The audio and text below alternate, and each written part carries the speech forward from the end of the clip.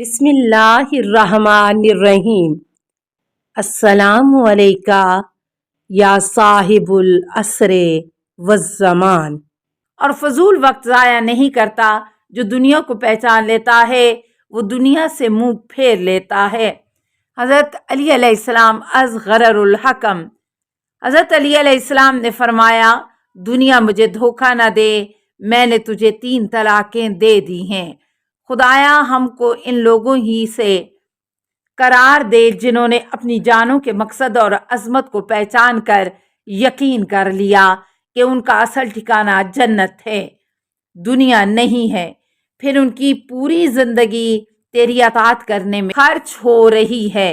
امام زین العابدین علیہ السلام از بہار جلد 94۔ جو مخلوق کو پہچانتا ہے وہ خالق کو بھی پہچان لے گا، جو رزق کو جانتا ہے وہ رازق کو بھی پہچانتا ہے، جو اپنی ذات کی عظمت اور مقصد کو پہچان لیتا ہے وہ اپنے پالنے والے مالک کو بھی پہچان لیتا ہے۔ حضرت ادریس کا صحیفہ از بہار جلد 95۔ رسول خدا سے اہم سوالات عرفان۔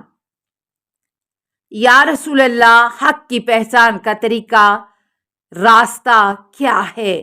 فرمایا، اپنی ذات کی حقیقت اور مقصد کو جاننا۔ یا رسول اللہ، حق کے ساتھ دینے کا طریقہ کیا ہے؟ فرمایا، اپنے نفس کی بری خواہشات کی مخالفت کرنا۔ یا رسول اللہ، خدا کو راضی کرنے کا طریقہ کیا ہے؟ فرمایا، اپنے نفس کو ناراض کرنا، بری خواہشات کی مخالفت کرنا۔ یا رسول اللہ، خدا کی اطاعت کا راستہ کیا ہے؟ فرمایا، اپنے نفس کی مخالفت۔ یا رسول اللہ، خدا سے قریب ہونے کا طریقہ کیا ہے؟ فرمایا، اپنے نفس کی بری خواہشات سے دوری۔ یا رسول اللہ، حق یا خدا سے مانوس ہونے کا طریقہ کیا ہے؟ فرمایا، اپنے نفس کی بری خواہشوں سے مخالفت کرنے میں خدا سے مدد مانگتے رہنا۔ جناب رسول خدا از بہار جلد 70۔ جو اپنے آپ کو حقیقت، بڑائی اور مقصد کو پہچان لے گا وہ قناعت، پاک دامنی، برائیوں سے دوری، احتیاط اور اپنی غلطیوں پر شرمندگی کو کبھی نہ چھوڑے گا، اور اس کو یہ بھی چاہیے کہ دنیا کی پستیوں، برائیوں اور بے جا شدید محبتوں سے دور رہے۔ حضرت علی علیہ السلام از غرر۔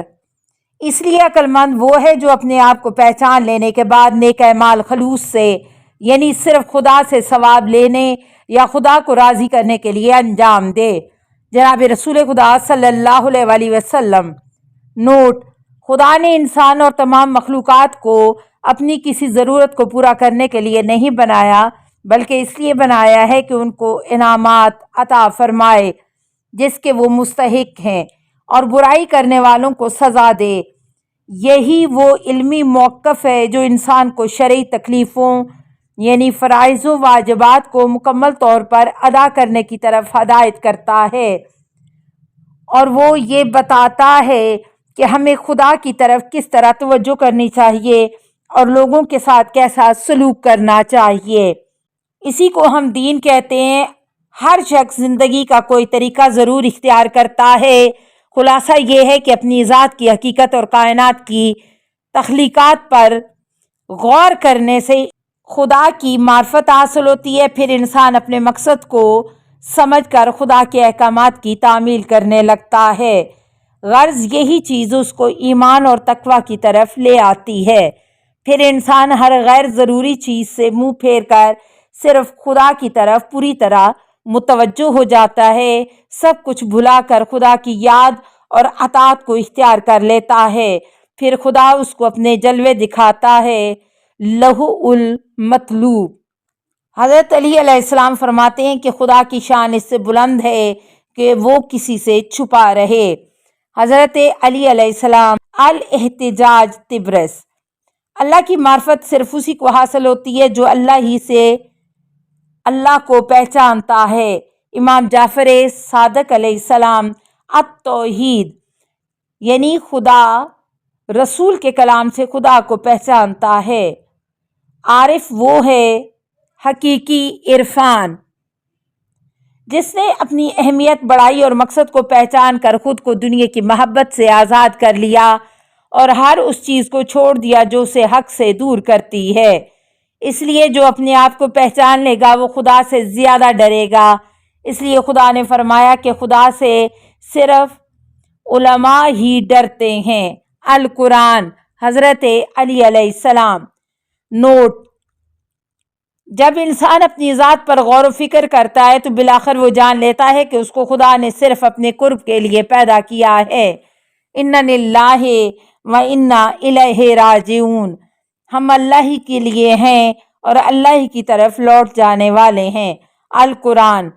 اس طرح اپنی ذات کو پہچاننے کے بعد ہر انسان خدا کو پہچاننے کی کوشش کرتا ہے، جس کے بعد وہ مخلوقات سے کٹ کر رب اکبر کی بڑائی عظمت کے مشاہدہ میں کھو کر سب سے کٹ کر پوری طرح رب اکبر کی طرف متوجہ ہو جاتا ہے۔ خدا اس کے اور اپنے درمیان کے پردے ہٹا دیتا ہے تو وہ خدا کی کبریائی کا دل و دماغ سے مشاہدہ کرتا ہے۔ اسی معرفت کو خدا کے ذریعے حاصل کی ہوئی معرفت کہتے ہیں۔ اس مقام پر پہنچ کر انسان کو واضح ہو جاتا ہے کہ ہم ہر لمحہ خدا کے محتاج ہیں اور اس کے قبضہ قدرت میں ہیں۔ خدا کے بغیر ہمارا کوئی وجود یا حقیقت نہیں ہے۔ اسی لیے حضرت علی علیہ السلام نے فرمایا، اپنے آپ کو اپنے اوپر غور کرنے سے پہچانو۔ اے خدا، تجھے صرف وہ آنکھیں دیکھ سکتی ہیں جن کے سامنے سے تو نے خود پردے ہٹا دیے ہیں۔ پھر ایسے لوگوں کی روحیں تیرے پاس پہنچ کر تجھ سے باتیں کرتی ہیں، تیری عظمت کے نور میں داخل ہو کر تیری بڑائی کو دیکھ لیتی ہیں۔ ملکوت اعلیٰ کی مخلوق اس کو زوار اور امار کہتے ہیں۔ حضرت علی: یہ ہے حقیقی عرفان جو میری مرضی کے مطابق عمل کرتا ہے۔ عرفان کی حقیقت، بے حد قیمتی عرفانی احادیث۔ خداوند عالم حدیث قدسی میں فرماتا ہے، جو شخص میری مرضی کے مطابق عمل کرتا ہے میں اس کو 3 خوبیاں عطا کرتا ہوں۔ نمبر 1، اس کو ایسے شکر کرنے کی معرفت، پہچان اور توفیق عطا کرتا ہوں جس میں جہالت کا کوئی حصہ نہیں ہوتا۔ نمبر 2، اپنی ایسی یاد کی توفیق عطا کرتا ہوں جس میں بھولنے کا کوئی سوال ہی پیدا نہیں ہوتا۔ نمبر 3، اس کو اپنی ایسی محبت عطا کرتا ہوں کہ پھر وہ میری کسی مخلوق کی محبت کو میری محبت پر ترجیح نہیں دیتا۔ پھر جب وہ مجھ سے محبت کرنے لگتا ہے تو میں بھی اس سے محبت کرنے لگتا ہوں۔